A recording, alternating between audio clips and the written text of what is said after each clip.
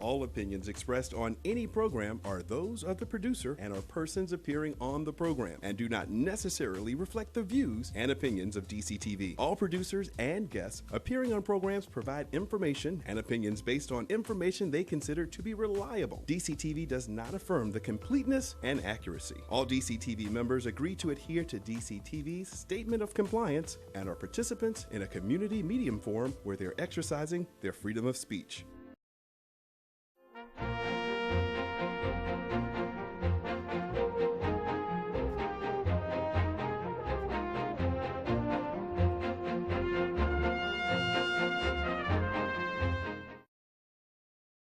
Good evening.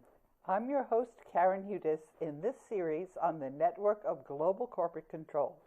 Today's segment is pre-recorded and is called Our Relationship. Thanks to DCTV, to Carmen Stanley, Program Director, Maurice Jackson, Studio Director, Couché Starnes, Audio and Teleprompter, and Aliyah Jamari, Floor Director. Let's give you a little background. Last week, we spoke about Brett Kavanaugh.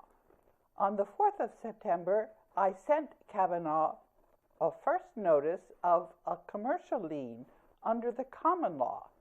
Kavanaugh couldn't answer, and so he withdrew his nomination to that bogus Supreme Court of the United States.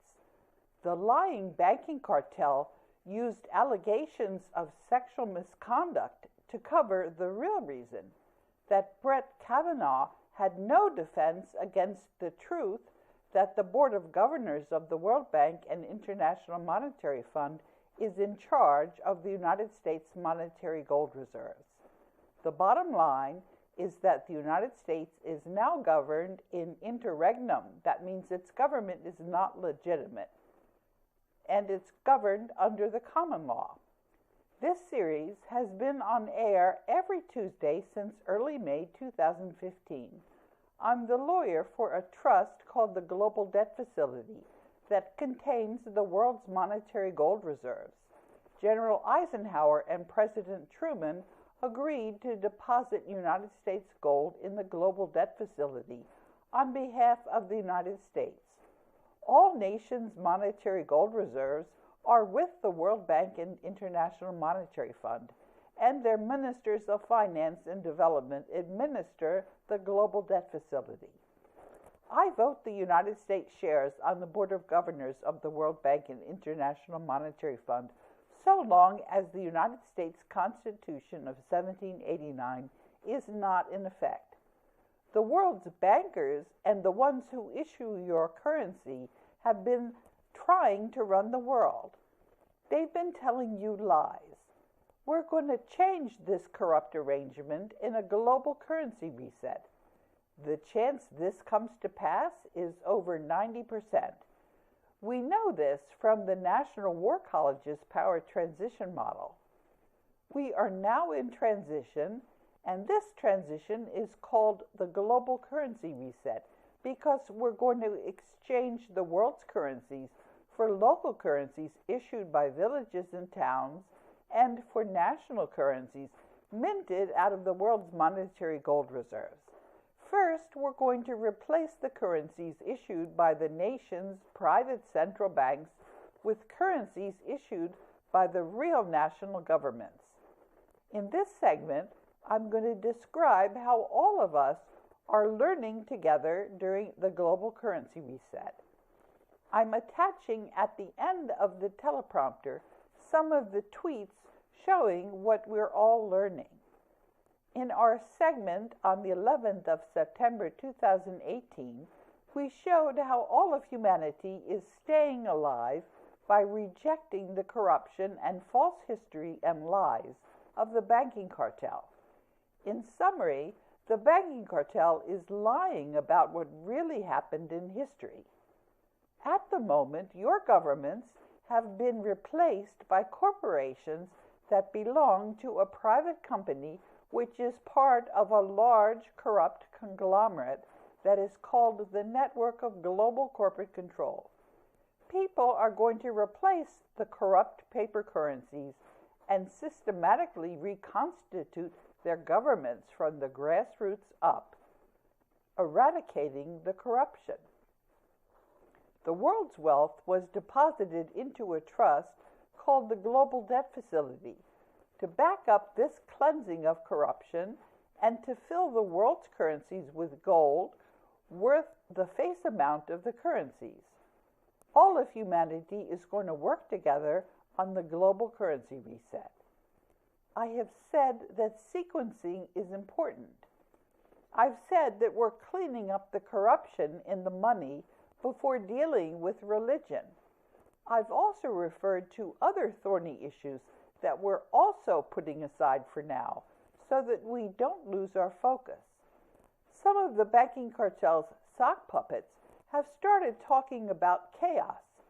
As overseer mandate trustee, I can choose to leave issues on the back burner so that we don't lose our focus and so that we're not divided and conquered. In response to a question about the black nobility, I said that it's up to humanity working together to process information about the black nobility, and that the people who have wronged us should feel thoroughly ashamed. They know better than we do what they've done. They need to understand that all of this information is ultimately going to become available in the global currency reset. The black nobility need to start as soon as possible to make amends, and we're all going to take into account, starting from now, what they're doing. There's a large group that's going to help us in taking into account what the people who wronged us have done. They are the people who have gone before us. We're all in touch through our collective unconscious. And I retweeted that the banking cartel wants you to forget that there's absolutely nothing that the banking cartel can do to change reality that's now manifest. The black nobility broke some tweets, so I uploaded them on Internet Archive. That's telling you who the black nobility is. It took me over an hour and 2 PCs to correct the links. Let me answer your question about the black nobility with another question. How do I come up with these answers? I'll tell you a story. Some years ago, a young girl drowned in a freak kayaking accident. Her mother sent an email to a group of people telling us that her daughter was missing in her kayak and that we should pray for her daughter. I felt that her daughter was sending me a message to give to her mother, saying that she was frightened and very sad. After several months, I felt that I was hearing from this girl again and that she was no longer confused and was at peace. I visited the girl's mother, but I didn't attempt to give either of these messages to her mother because I felt her mother wouldn't have accepted them. I also told you another story about a lesson that I learned in the memorial service for Virginia Huber some months ago, and that is that my relationship to everyone involved in Jose Rizal's legacy matters. That means everyone who's going to inherit the world's wealth. One of my jobs as overseer mandate trustee is to make sure that all of the group of 77, that is, the 134 developing countries who are part of the Coalition for the Rule of Law and their peoples, remain involved. This is what Jose Rizal meant when he set up the Global Debt Facility at the World Bank and called it the Proclamation and Declaration of the Gift of Love. It's a big challenge for us to unwind the corruption that has infested our beautiful world. We should realize that we're able to surmount this challenge because of the way that Jose Rizal set up the Global Debt Facility. I have the duty and responsibility to convey this gift of love to each individual in a way that preserves our individuality and sets the foundation on all of us. We're on notice and need to reach out to each other and stay in touch. I'll give you an example.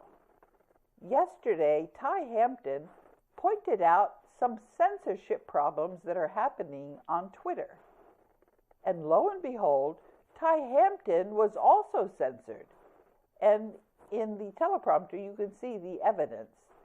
But I saw the tweet because G. Champur liked Ty's tweet, and so I could see it.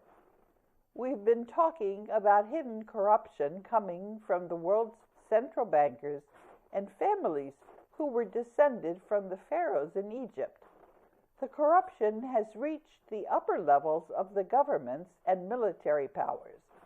Because of the way we've learned about this corruption, it'll be possible to unwind the corruption. Please don't ask me to spread videos or make broadcasts. I don't have a newsletter. This is deliberate. It's only by working through groups that you set up yourself that we can rid ourselves of this corruption. The fact that we're working in this way is how you know that we're genuine and that we'll be effective. Think about it. I'm going to have to go back to the World Bank, their bureau, in order to establish the agreements with the mints for the global currency reset. I'm going to be in touch with you every step of the way. There's no precedent for this kind of transition. We're going to learn by doing, and we're going to go slow and scale up slowly. We're going to remember what we've been teaching each other. And I'm going to speak about some of the lessons that I've learned from my colleagues now. I'll put some of the recent postings in my social media at the back of the teleprompter. Enough people in the military remain loyal to the United States Constitution and to their oaths to prevent the United States from going out of existence. This is also since Germany and Japan don't want the United States military to surrender unilaterally because of the unconstitutional Federal Reserve notes. A critical mass of people sees through Donald Trump's charade. This includes the United States military, over 70% of them, according to my information. A picture is worth 1,000 words, and I've got some pictures in the teleprompter of Jose Rizal, who was the national hero in the Philippines. And between 1942 and 1946, Jose Rizal became Superior General of the Jesuits as Father Antonio Diaz. Jose Rizal and his lawyer, Ferdinand Marcos, deposited the world's assets for the benefit of humanity in a secret trust named the Global Debt Facility. In 1944, they established the World Bank and International Monetary Fund to administer the Global Debt Facility. An Egyptian lawyer named Ibrahim Shihada, who was then the General Counsel of the World Bank, hired me into the legal department of the World Bank in 1986 after I had written a legislative history of the G77 as a law student. The G77 is a group of 134 developing countries, and it forms a cornerstone of the Coalition for the Rule of Law that is overseeing the cleanup of the corruption in the world's money system, using the assets that were deposited into the global debt facility. We call this cleanup the global currency reset. It's taken a while to tell people the story about what's really going on. This is because there are crooks who are trying to enslave and kill humanity. These crooks are descended from the pharaohs and the Templars, and they've combined together in the secret societies and in a large company on the world's capital markets. And they bought up all the media, including most of the alternative media. 3 systems analysts in Zurich, Switzerland, identified a network of global corporate control in 2012. This network is often referred to as the banking cartel. The gold that was collected in the 1930s, together with all the gold that was collected over many years of colonial history, is safe, and it's owned by the Global Debt Facility. Ferdinand Marcos gave to J.P. Morgan in their New York office a CCTV set to view the gold in 34 tunnels and the giant snakes mulling around. The amount of gold is much more than has been reported because the number of years that's been mined are many more than the falsified history that is taught in the universities. And if we could stop the scrolling, I wanted to read you a question that just came in. It's from somebody who's called Diago Carucho. Hi, Karen. In reviewing some of the documents submitted in your weekly series on YouTube, it's come to our attention there's a discrepancy in the amount of gold on deposit. Karen, you stated many times on YouTube that there's approximately 1 million metric tons of gold on deposit. But one of the documents you've submitted is a gold certificate with an amount of 381 million metric tons. That's substantially more. Please clarify. And I'm going to put up in my social media a picture of the document. Well, I've been calling for an audit of the gold, but you have to realize that we need to minimize the corruption. We won't be able to keep control of the gold. It's going to go missing if we try to do an audit right away. It's going to take some time before we can actually do an audit. Now, there are cameras in the places where the gold is stored, and of course, if we lose our control over the world's assets, we're gonna go extinct. We're gonna land in World War III. So we have to work together. We have to, week after week, as I report to you, and get questions. We're going to formulate answers to some of these questions, and of course, we have the institutional machinery. The way that we're going to do this is, first of all of the people in the countries are going to have to figure out how to kick out the companies that are claiming to be the governments and to come up with real governments. In Hungary, we've seen that some of their people have been writing to the United Nations and complaining that their governments are corrupt and are not legitimate. This is actually the case with every single government on earth. So we have to, the people in each country is going to have to come up with a plan, and this is not going to be decided by the militaries, and it's not going to be decided at the center, but the military powers are going to keep peace so that we have a peaceful transition. And we're just going to have to decide and decentralize. And of course, the grassroots, the people in each village and town, are going to be in charge of cleaning up the corruption in each of their villages and towns. So it's going to happen over a number of years. It's not going to happen suddenly, but it is going to happen peacefully because, as we've said, all of the militaries they're on board. And I can tell you that the United States military is on board. We've heard from them. Some of them are joining my Facebook. Some of them are claiming that it's 70%. And in the previous segment, you saw how there was an attempt to nuke Charleston in 2013, and the people who detonated this bomb, instead of on the citizens of Charleston, they threw it in the ocean offshore, and then they were fired. But this made a very big impression on the people that remained in the military, and 70% of the military, we're not talking about the brass, but 70% of the military is on our side, and I can tell you that they really are autonomous.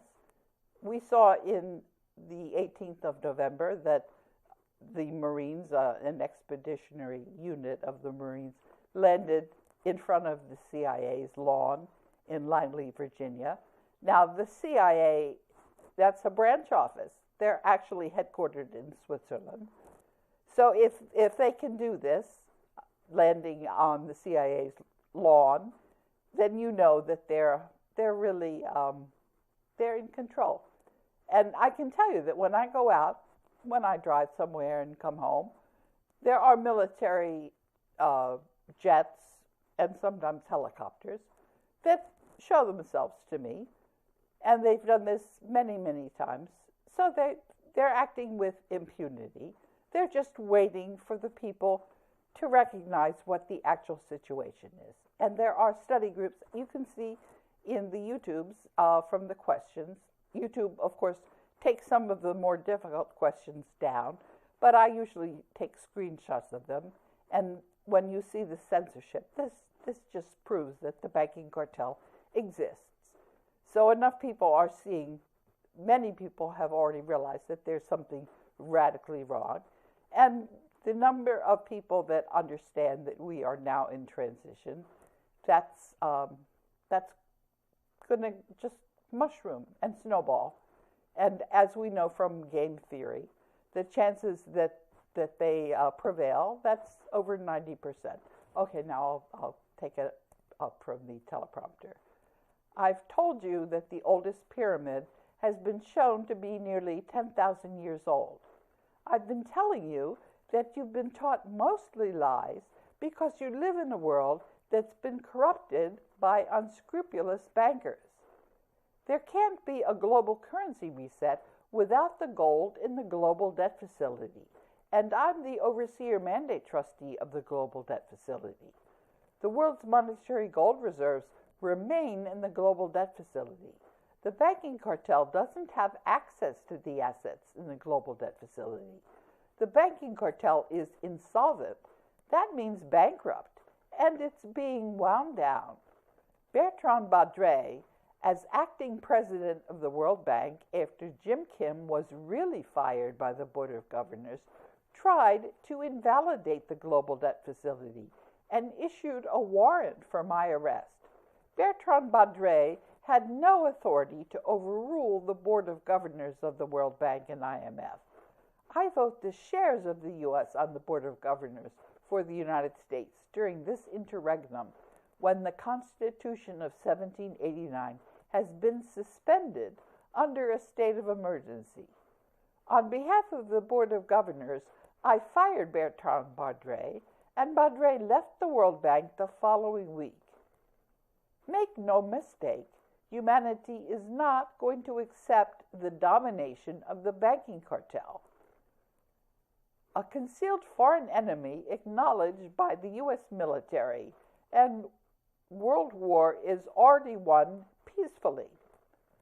Chinese Premier Li Keqiang's meeting with Jim Youngkin in Beijing on the 24th of February and Christine Lagarde's meeting with Vice Premier Zhang Guoli on the 20th of March 2015, as Kim and Lagarde were still incumbents, was charade and merely discredits China and the G20. That's why Bertrand Badre had to sign a bogus warrant for my arrest as president of the World Bank. When I found out about Badre's attempt to steal the world's assets, the Board of Governors fired Badre, and he left the World Bank. I've said repeatedly that we need to clean up the corruption in our money system before humanity delves into our spirituality, so that we are not victim to divide and conquer. For those who find the following advice offensive, please ignore it. And that's 9 days before this segment, the banking cartel, in its arrogance, made a huge mistake, and I tweeted, "The Board of Governors would like to know whether UBS is going to respect bailment laws and release the uncut Treasury dollars, or whether new Treasury dollars will have to be printed." Twitter swapped the document that I tweeted, so I said, "Dear people, the banking cartel broke the link in the tweet, making it much easier for me to show that the banking cartel exists and doesn't like reality or the coalition on the Board of Governors that I'm working for, which includes all the world's military powers, as well as the United States." And then I signed it as acting general counsel for the World Bank and overseer mandate trustee for the Global Debt Facility. And then in 2016, I sent an email, which I tweeted, the latest attempt to steal the world's assets in the Global Debt Facility. There are many crooks trying to steal the world's wealth. David Crayford says that the way people can tell the Organization of International Treasury Control is legitimate is because nobody has arrested them. First of all, this is incorrect. Didn't Cambodia arrest Ray Dan for forgery? And you know what? I'm going to stop reading from the teleprompter, and I just wanted to tell you some of the etiquette that we want to follow during this process, that we're all working together. And that is that please don't put videos up on my social media, because I really don't want them to be distributed to the people that I'm working with. So if you do that, I'm going to have to block you to take them down. That's the first thing. And the other thing is, don't call me on my cell phone. You can send me an email. The reason I don't want you to call me on my cell phone is, first of all, because I have to have a life, and also because I can't keep track of who it is. I can't remember the names of people that are calling me, and there's no accountability. So if you want to contact me, and I would be very happy if you do contact me, send me an email, and that way I can do a word search and find out what you've said to me in the past, and it'll be much easier for me to deal with you, and I will respond by email.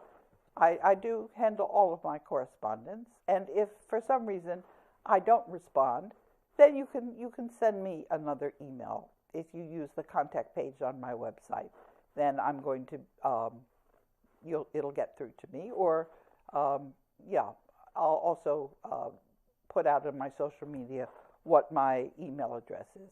I'm really very easy to contact, and I like very much to stay in touch with you all. That's how we work together, and the chances, as I said, that we do manage to turn things around, that's over 90%.